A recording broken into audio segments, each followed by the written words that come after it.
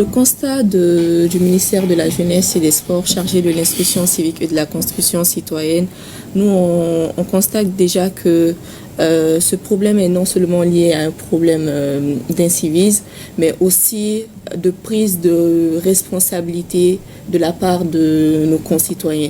Parce qu'on remarque aujourd'hui que c'est lorsqu'il pleut que les gens profitent pour non seulement verser les ordures dans les rues, mais aussi dans les caniveaux, dans les fleuves et tout. Et le ministère de la Jeunesse et des Sports, nous essayons quand même de mobiliser la jeunesse et nous avons mis en place une brigade citoyenne qui d'ailleurs fête ses 1 an cette année, qui nous appuie dans la sensibilisation, dans la mobilisation, mais aussi dans les questions d'assainissement sur le terrain avec la mobilisation aussi de la délégation spéciale de la mairie, le ministère de l'assainissement, le ministère des Transports et aussi les mairies des différentes communes et le gouvernorat du district de Bamako également qui est engagé avec nous sur cette initiative. Je dirais que c'est l'ensemble des parties prenantes. Non seulement aujourd'hui une responsabilité incombe à l'État, mais aussi une responsabilité incombe aux citoyens.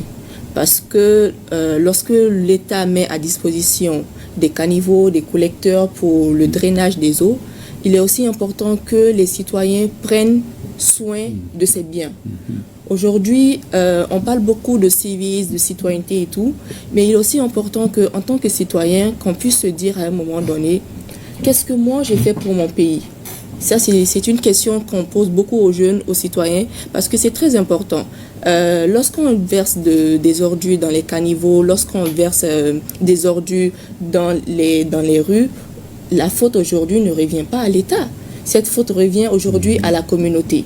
La communauté aujourd'hui qui ne prend pas non seulement soin des biens publics, mais aussi qui demande à ce que l'État aussi investisse davantage. Moi, je pense que les responsabilités sont non seulement partagées, mais aussi c'est parce que nous n'avons pas un système de veille citoyenne qui permet à l'ensemble des individus non seulement de pouvoir veiller à l'assainissement, au nettoyage, à la propreté de nos rues, de nos routes et aussi je pense que aussi une question qui est revenue très fréquemment lorsque nous avons fait des discussions avec les différentes commissions au niveau des mairies, c'est que même lorsque les citoyens aussi, parce que nous avons aussi certains citoyens qui quand même ont ce courage de partir dénoncer au niveau des mairies, au niveau de nos commissariats par rapport à la propreté de nos rues et aussi des collecteurs qui sont là.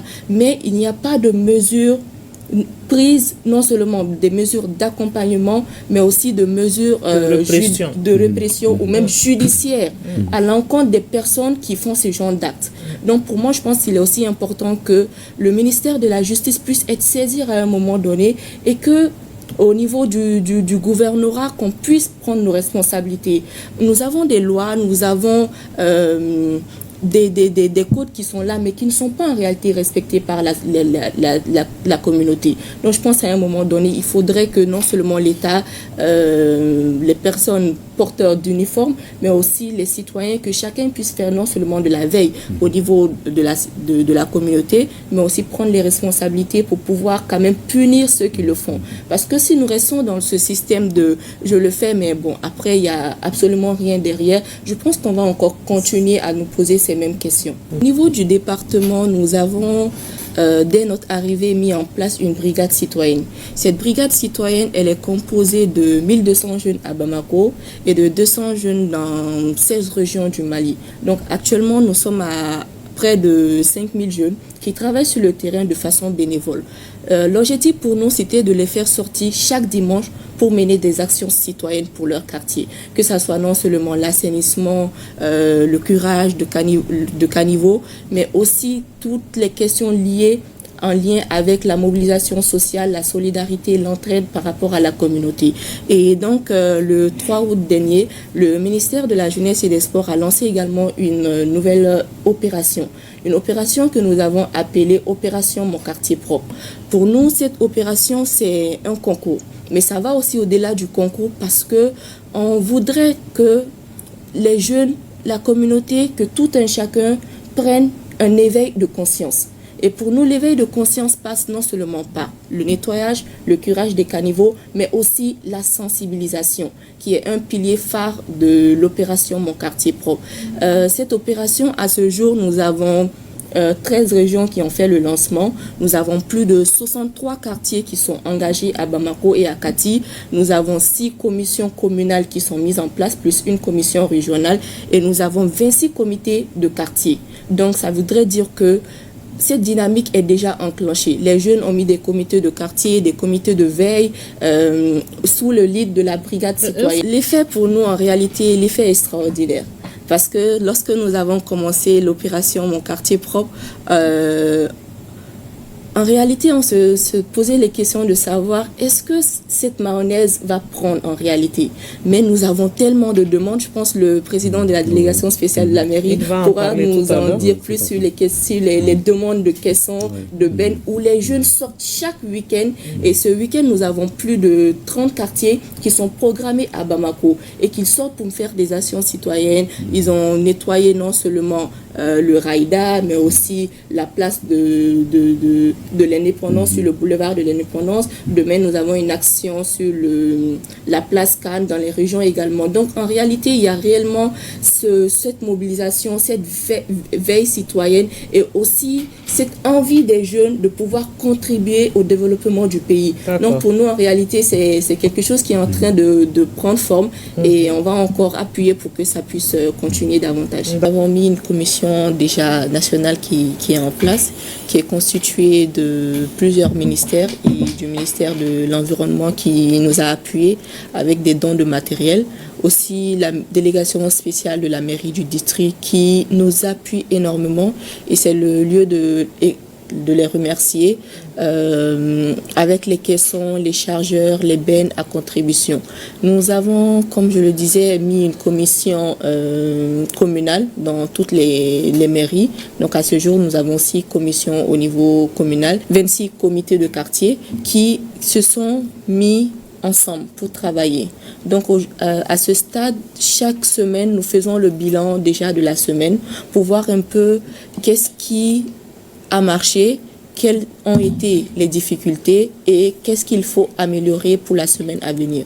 Donc chaque semaine, nous avons une programmation qui est faite, qui est ensuite envoyée à la délégation spéciale de la mairie pour prendre les dispositions afin de pouvoir quand même appuyer avec les caissons. Parce que, vous l'avez dit, hein, le problème aujourd'hui, après le nettoyage, le curage, c'est l'enlèvement des débits. Donc, la délégation spéciale de la mairie nous appuie énormément avec les caissons, les matériels logistiques qu'il faut pour pouvoir faire cet enlèvement. Le dispositif également au niveau des régions s'appuie sur les gouverneurs. Nous avons nos directions régionales qui nous appuient également et nous avons la brigade citoyenne qui est aujourd'hui dans 16 régions au Mali. Donc, nous appuyons non seulement sur le gouvernorat, les directions régionales, mais aussi sur la jeunesse. Et à ce niveau également, il est important de pouvoir spécifier que dans la mise en œuvre de l'opération Mon quartier propre, nous avons en fait tout un système qui nous permet de pouvoir contrôler l'effectivité des travaux sur le terrain. Donc, au-delà de la commission nationale qui est mise en place, nous avons également une commission de veille qui fait le suivi chaque semaine sur le terrain pour s'assurer qu'effectivement les gens sont sortis, ils ont nettoyé comme il le fallait, ils ont fait le curage, mais aussi que le ministère puisse en fait être aux côtés des jeunes.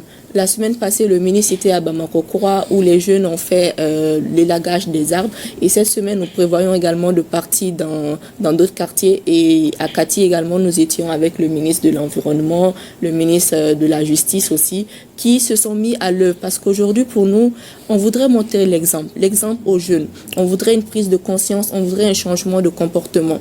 Et le ministère, quand même, essaye aujourd'hui de mettre tous ses moyens en œuvre pour pouvoir appuyer.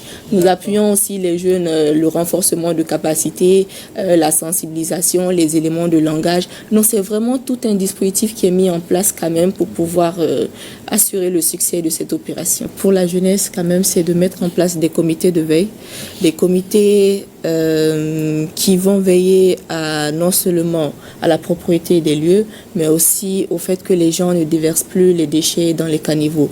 Aujourd'hui, nous avons un système qui est quand même bien au Mali s'il est utilisé, c'est le système des grains. Nous prévoyons aujourd'hui de voir comment, avec la jeunesse, on peut faire ce système de rotation, que les jeunes qui sont assis dans les grains puissent aujourd'hui être ces jeunes qui font ces veilles au niveau de leur communauté. Parce que c'est eux qui sont là et qui peuvent dire non, ici n'est pas fait pour déposer les ordures. Pour nous, ça, c'est quand même une solution à long terme. Une autre solution à long terme, c'est le renforcement des capacités des jeunes. L'expérience a montré que lorsque les jeunes sont renforcés en capacité, ils prennent plus de conscience et aussi ça leur permet de pouvoir participer au développement de leur communauté. Pour moi, une autre solution aussi à long terme, c'est surtout, je le disais tantôt, c'est la prise de mesures judiciaires pour quand même décourager ces actions d'incivisme.